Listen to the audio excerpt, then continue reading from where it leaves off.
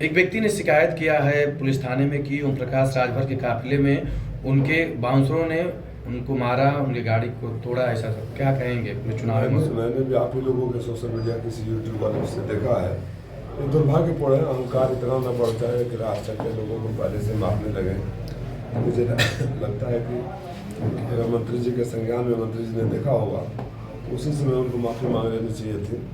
नहीं तो कम से कम इतनी तो लोकतंत्र में अपेक्षा जनता करती है कि गलती का हो तो माफ़ी मांग लिया जाए। इस तरह का अहंकार इस धरती बर्दाश्त नहीं करेगी। और जो लोग चुनाव जीतने से पहले ही राह चलते लोगों को मारने लगे हैं, आगे क्या करेंगे ये जनता अंदाजा लगा सकती है।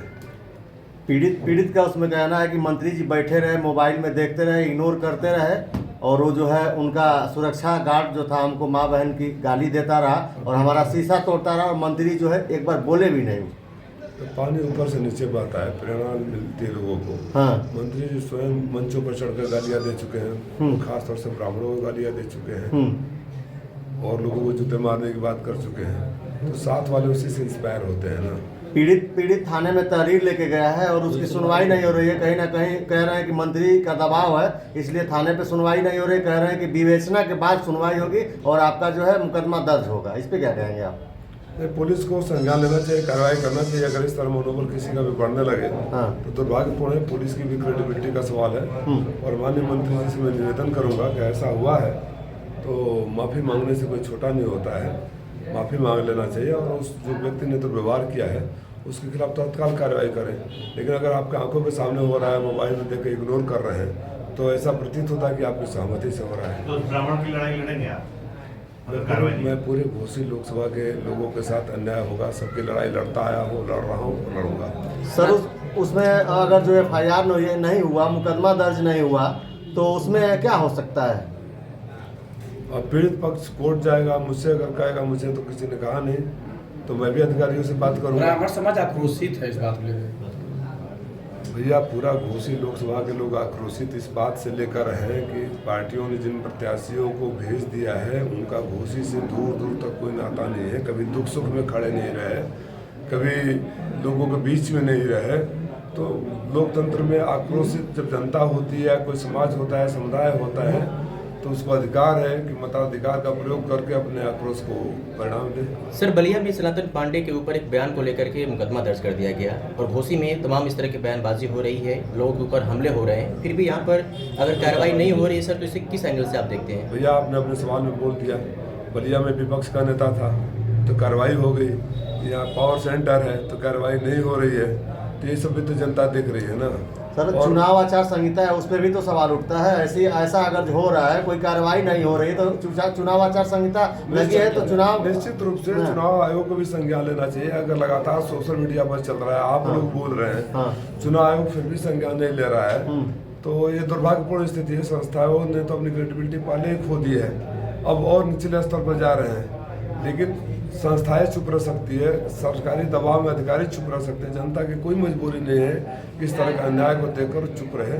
जनता निसंदेह रूप से अपना मताधिकार का प्रयोग करके सजा देगी। सर, कुछ चरणों के मतदान हो चुके हैं, ऐसे में खबरें ये आ रही हैं कि कुछ लोग जो मतदाता हैं बूथ पर पहुंचने से पहले उनके वोट पड़ जा रहे हैं, तो सर ये क्या हो सकता है? वही नहीं, उससे भी गंभीर बात ये आई है कि 11 दिन बाद चुनाव आयोग डेटा रिलीज कर रहा है परसेंटेज का, और कहीं कहीं तो 8% तक बढ़ा दिया है। इस पर मैं कल देख रहा था 5% बिहार में बढ़ा दिया है, कई जगह 8% बढ़ा दिया है। 11 ऐसा तो मतलब जो लोग आज़ादी करते आज तक नहीं हुआ था। इतना तो जब बैलेट पेपर से होता था तब भी नहीं होता था। तो मुझे लगता है कि चुनाव आयोग अपने हरकतों से बाज नहीं आ रहा है।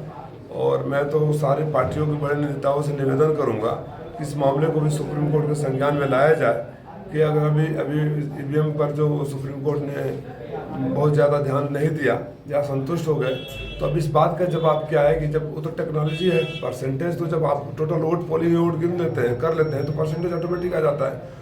वो जो प्राइमरी स्कूल का बच्चा कर सकता है उसको 11 दिन चुनाव आयोग को करने में लग रहे हैं, और इतना ह्यूज डिफरेंस आ जा रहा है। ये किसी न किसी घाल-मेल की तरफ संकेत करता है। लगता है कि दुरुपयोग करने पर सरकार उतारू है। क्या राजू राय समझ रहे हैं कि चुनाव निष्पक्ष हो रहा है?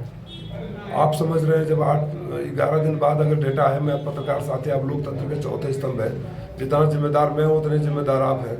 आप पत्रकार साथी खुद ही, मैं कल देर सुन रहा था पत्रकारों ने भी, जो एक्सपर्ट हैं वो लोग भी बोल रहे थे कि तो अविश्वसनीय, अकल्पनीय है। 11 दिन बाद आप डेटा रिलीज करो, 8% बढ़ा दो, तो ये तो अकल्पनीय है ना, ये सब तो होना ही नहीं चाहिए। अब क्या कहेंगे? ओम प्रकाश राजभर का एक बयान आया है जिसमें वो कह रहे हैं कि मैं राजभर हूँ, पिजड़े का तोता नहीं, पावर के लिए भाजपा में हूँ। दुर्भाग्यपूर्ण स्थिति है कि चुनाव के दौरान में इस तरह के बयान दिए जा रहे हैं।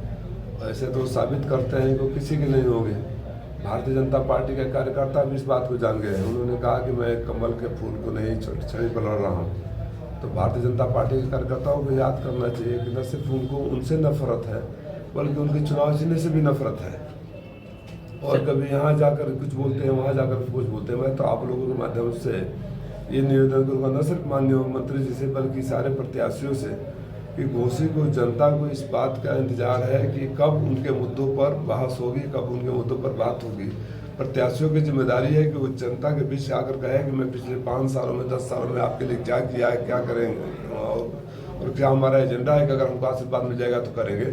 इसके अलावा मैं सांड हूँ, मैं गाय हूँ, मैं बैल हूँ, मैं भैंस हूँ, मैं इंजेक्शन लगाता हूँ, मैं दवाई कर देता हूँ, मैं फिट कर देता हूँ, इस तरह के बयानबाजियों से चुनाव का माहौल। अपोजिशन के लीडर सर कह रहे हैं कि राजू राय के साथ कुछ लोग ऐसे भी प्रचार प्रसार कर रहे हैं, वो ओम प्रकाश राजभर की प्रचार प्रसार कर रहे हैं और जल्द उनकी घर वापसी हो जाएगी। सर क्या लग रहा है सर, ऐसा है क्या? मेरा प्रचार प्रसार घोसी की जनता कर रही है, वही घोसी की जनता जिसके सर सुख दुख में साथ खड़ा रहा। अब कहने पर क्या लेंगे, हमारे उनके प्रत्याशी जो है भाजपा के समर्थित प्रत्याशी है। आप पत्रकार में, और मेरा एक आप लोगों से शिकायत है जी, पूरा मत मानिए, बहुत ब्लंटली शिकायत है।